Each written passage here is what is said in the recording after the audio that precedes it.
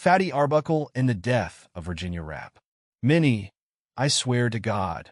Arbuckle was originally arrested for first-degree murder, a crime punishable by the death penalty. Later, the charge was reduced to manslaughter that carried a possible 10-year prison sentence. Earl Rogers, father of Adela Rogers St. John, predicted that the entertainer would face prejudice because of his size. Arbuckle's weight will damn him, Rogers prophesied. He will no longer be the roly-poly, good-natured, funny 350-pound fat man everybody loves. He will become a monster. If he were an ordinary man, his own spotless reputation, his clean pictures would save him. They'll never convict him, but this will ruin him and maybe motion pictures for some time. The comedian's sexual attack on Virginia Rappe, the prosecution argued, had ruptured the victim's bladder, causing her death. The first trial began on November 14, 1921. The prosecutor was San Francisco District Attorney Matthew Brady, an ambitious, hot-tempered man with a dramatic manner that often came in handy in the courtroom. Gavin McNabb was the lawyer defending Roscoe Arbuckle. Like Brady, he was a native of San Francisco. He was a respected attorney who was often hired by people associated with the motion picture industry. Presiding over the case was Judge Sylvain Lazarus. Despite their marital difficulties, Minty believed her husband innocent of the felonies of which he stood accused. She had visited him in jail before he was bailed out. "Roscoe," she began, embarrassed but needing his reassurance. "I have only one question to ask you. Please don't get angry, but I must know. Were you in any way responsible for Virginia Rappe's death?" "Minty, I swear to God I never touched that girl like they say I did," he told her. That was good enough for Minty. She appeared regularly in the courtroom to show her support for him. The prosecution's first witness was a nurse named Grace Halston. She glared at the defendant, obviously convinced of his guilt.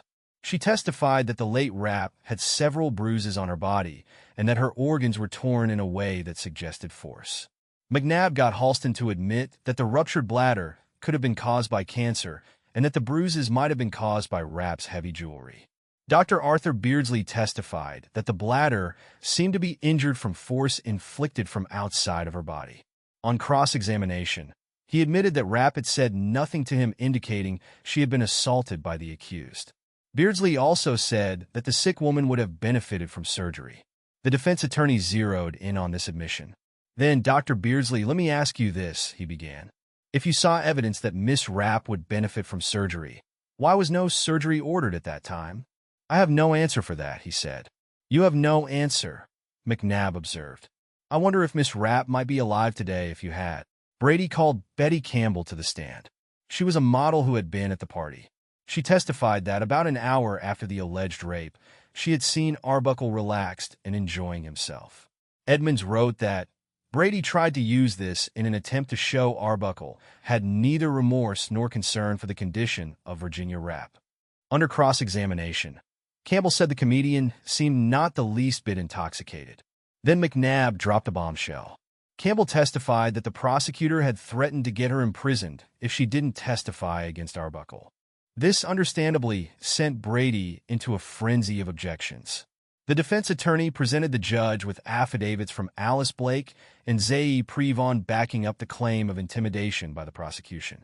Prevon was called to the stand and testified that she had signed a statement saying Rappe had claimed, "He killed me," under duress.